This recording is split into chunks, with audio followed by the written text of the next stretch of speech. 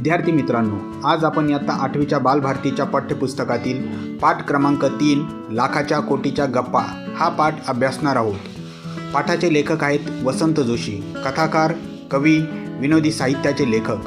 त्यांनी कथा आणि कवितांबरोबर लोकनाट्य, बालनाट्य आणि बालकुमार वाङ्मयाचे लेखन केले आहे। त्यांच्या कथांचे तामिळ आणि कन्नड भाषेत अनुवाद झाले आहेत। त्यांनी लिहिलेल्या बिनबियांच्या गोष्टीचे संग्रह लोकप्रिय आहेत। बिनबियांच्या गोष्टीतील प्रसंग काल्पनिक असले तरी त्यामधील व्यक्ती मात्र खऱ्या आणि सुप्रसिद्ध आहेत। थोडी गंमत, थोडी करमणूक आणि निर्मळ विनोद निर्मिती हा उद्देश डोळ्यासमोर ठेवून या विनोदी गोष्टी लिहिल्या आहेत। त्यांच्या या विनोदी गोष्टींच्या कथाकथनाचे कार्यक्रमही लोकप्रिय ठरले आहेत। प्रस्तुत पाठामध्ये दोन सुप्रसिद्ध मराठी अभिनेते रेल्वे इंजिनमध्ये बिघाड झाल्यामुळे रेल्वे स्टेशनवर थांबतात। त्यानंतर त्यांच्यात लाखाच्या कोटीच्या गप्पा सुरू होतात। परंतु पाठाच्या शेवटी या सर्व गप्पांना वेगळीच कलाटणी मिळते आणि आपणाला हसू आवरत नाही। प्रस्तुत पाठ हास्य कल्लोळ बिनबियाच्या गोष्टी या संग्रहातून घेतला आहे।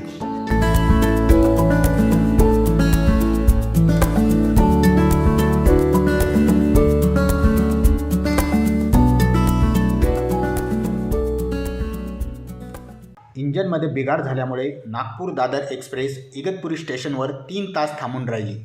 गाडीतले प्रवासी कंटाळून प्लॅटफॉर्मवर एरझरा घालू लागले।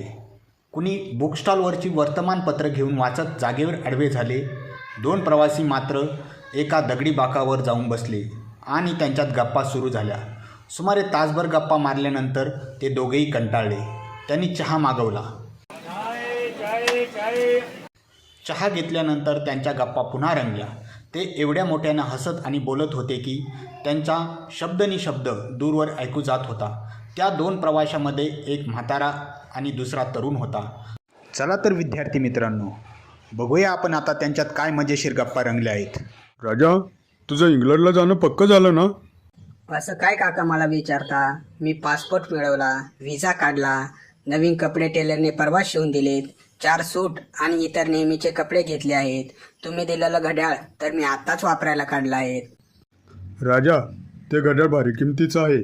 10,000 मोजलेत। पीटर्सबर्गला ते घड्याळ खास तुझ्यासाठी घेतलं होतं। विमान प्रवासासाठी तुला 50,000 रुपये पुरतील ना? मुंबईला गेल्यानंतर मी तात्काळ तेवढी रक्कम तुला देईन, पण बेटा सांभाळून जायचं बरं का? पण काका, तुमच्या 50,000 इंग्लंडला मी 3 वर्ष कशी काढणार? बॅरिस्टर कसा होणार? किमान 15 लाख किरकोळ खर्चासाठी लागतील। कोट्याधिपती काकांचा हा पुतण्या कुठल्या तरी घाणेरड्या हॉटेलात राहिलेला तुम्हाला चालेल का? नको नको, तू एक स्वतंत्र बंगलाच घे। तुझ्या अभ्यासाला निवांत जागा हवी। त्यासाठी काका वर्षाला किमान 15 लाख, याप्रमाणे 3 वर्षासाठी 45 लाख रुपये लागतील। त्याची सोय मी आता या क्षणालाही करू शकतो। बॅगेत शेअर्स विकल्याची रक्कम नगद 80 लाख रुपये आहे। आत्ताच देऊ का? नको, गाडीत बसल्यावर द्या। पण काका, एक मोटारही लागेल मला। रोज मला कॉलेजात गाडीनंच जावं लागणार नाही का? मी चालत कसं जाणार? 20 लाख तरी लागतील त्यासाठी। ती रक्कम आता याच बॅगेत आहे। बँकेतून आजच तेवढी रक्कम काढली आहे। काका, मला सारा युरोप बघायचा आहे। प्रत्येक देशात किमान 1 वर्षभर तरी राहावं लागेल। त्यासाठी निम्मा खर्च मी करणार आहे। आईचे 40 तोळ्याचे सोन्याचे दागिने तिने मला परवाच दिले आहेत। ते आहेत या माझ्या बॅगेत। राजा, तू अजिबात काळजी करू नकोस। तू बॅरिस्टर होऊन भारतात परत ये। त्यासाठी मी वाटेल तेवढा पैसा खर्च करायला तयार आहे। आपल्याकडील चहाचे 2 मळे आणि सफरचंदाचा 1 मळा विकून जे 10 कोटी आले ते पण माझ्या बॅगेतच वरच्या कप्प्यात ठेवले आहेत। त्या 2 प्रवाशांच्या गप्पा चांगल्याच रंगात आल्या होत्या। परंतु मध्येच गाडी सुटण्याची घोषणा झाली आणि ते 2 प्रवासी आपल्या डब्यात जाऊन बसले। डब्यात जाऊन बसतात 5-10 मिनिटात ते घोरायला लागले।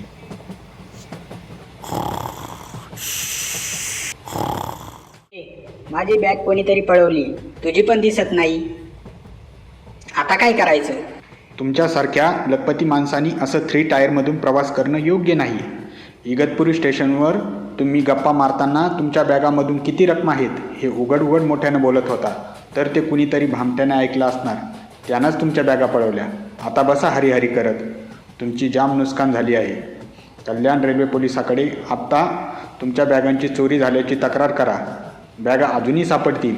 आता तुमच्याकडे मुंबईला जाईपर्यंतच्या खर्चासाठी तरी पैसे आहेत ना? कमी देऊ?